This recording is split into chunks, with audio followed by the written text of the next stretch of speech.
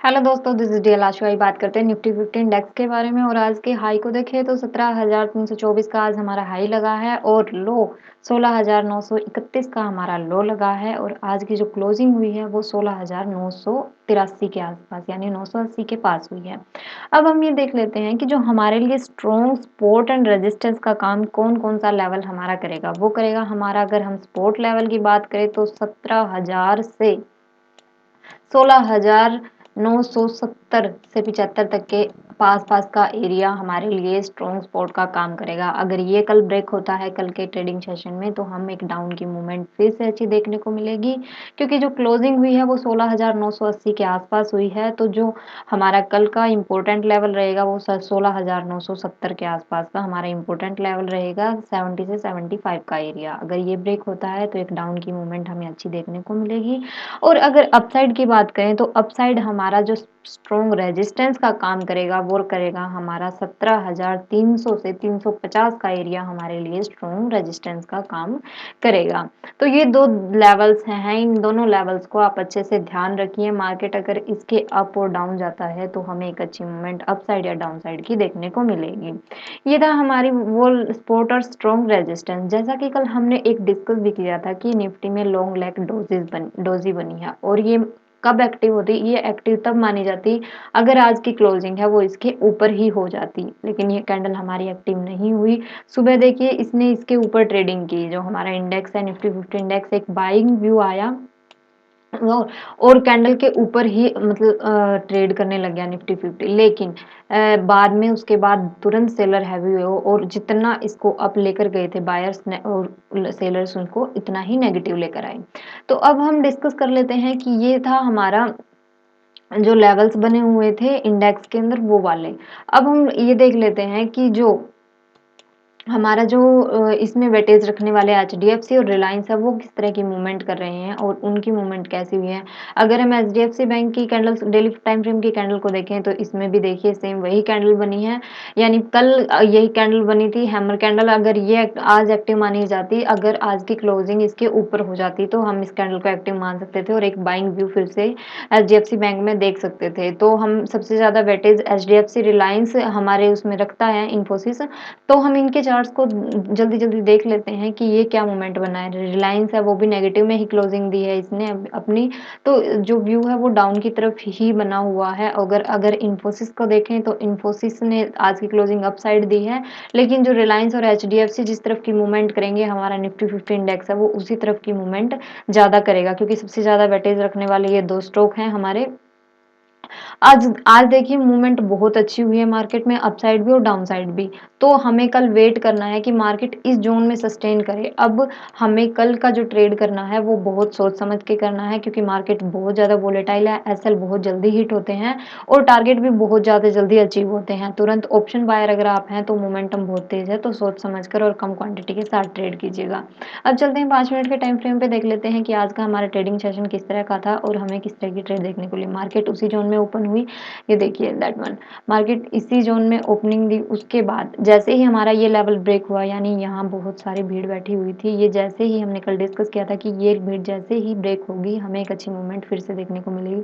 तो जैसे ही हमारा ये 980 का सॉरी 17,160 का लेवल ब्रेक हुआ हमें एक अच्छी मूवमेंट वन वे देखने को मिली अपसाइड की तरफ। और फिर उसके बाद तुरंत इसी जोन के ऊपर हमारा जो 300 का लेवल बना हुआ था यानी साइकोलॉजिकल पॉइंट था हमारा 17,300। कल भी हमने डिस्कस किया था कि हमारे लिए स्ट्रॉन्ग रेजिस्टेंस का काम करेगा। इसी रेजिस्टेंस का रेजिस्ट करके मार्केट डाउन की तरफ आई और वन वे मूवमेंट हमें डाउन की तरफ देखने को मिली। यानी 200 पॉइंट की वन वे मूवमेंट ये निफ्टी 50 इंडेक्स में थी वो जो बहुत ज़्यादा थी।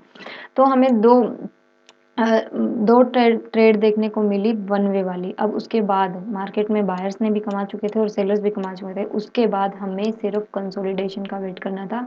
यानी मार्केट है वो पूरे दिन कंसोलिडेट रही, क्योंकि अगर हम इस जोन में भी ट्रेड करते हैं अपनी तो हमारे एसएल हिट बहुत जल्दी होंगे। अगर हम बात करें इसके बारे में तो ये देखिए यहाँ एक ट्रेंड लाइन आ रही थी, इस तरह से एक ट्रेंड लाइन बन रही थी और इस तरह से एक हॉरिजॉन्टल लाइन बन रही थी। हमारी जो ट्रेड है, अगर कोई ट्रेड करने वाला जो बिगिनर्स है उसने यहाँ ट्रेड डाली होगी तो उसका एसएल हिट हुआ होगा। उसका रीज़न ये है कि क्योंकि सेलर्स ने अपना यहाँ प्रॉफिट बुक कर लिया था और बायर्स यहाँ कमा चुके थे। तो मार्केट में अब एनर्जी नहीं थी कि वे और ज़्यादा हमें टारगेट्स दें। तो इसीलिए यहाँ जो हमारा 17,200 का साइकोलॉजिकल पॉइंट था, मार्केट ने यहीं रेजिस्ट किया और उसके बाद फिर एक डाउन की मूवमेंट यानी एसएल हिट बार-बार हो रहे थे। उसके बाद एक छोटी-सी मूवमेंट हमें ये देखने को मिली, लेकिन हम इस मूवमेंट को नहीं लेंगे क्योंकि हम 2 मूवमेंट पहले ले चुके थे निफ्टी 50 इंडेक्स में। अब हम डिस्कस कर लेते हैं 15 मिनट के टाइम फ्रेम पे कि कल का हमारा ट्रेडिंग सेशन है वो किस तरह का रहेगा। अगर हम अपनी हॉरिजॉन्टल लाइन को उठाते हैं तो दैट वन हमारा 16,980 का यानी 980 का लेवल, और अगर हम अपसाइड की बात करें तो 17,170 का यानी 170 से 180 का लेवल। अगर मार्केट कल इसी जोन में ओपन होती है, इसी जोन में ओपन होकर थोड़ी देर कंसोलिडेट करती है, रुकती है और फिर अपसाइड या डाउनसाइड मूवमेंट करती है, तो आप फर्स्ट टारगेट अपना ये वाला स्विंग बनाकर रखिए। ये वाला स्विंग आप अपना फर्स्ट टारगेट रखेंगे जो कि 17,310 से 320 के आसपास होगा। उसके बाद अगर मार्केट इसी ट्रेंड को कंटिन्यू करती है यानी अपसाइड की मूवमेंट फिर से देखने को मिलती है, तो ये वाला गैप हम बहुत अच्छे से फिल होते हुए देखेंगे। फिर हमारा नेक्स्ट टारगेट ये वाले स्विंग हो जाएंगे।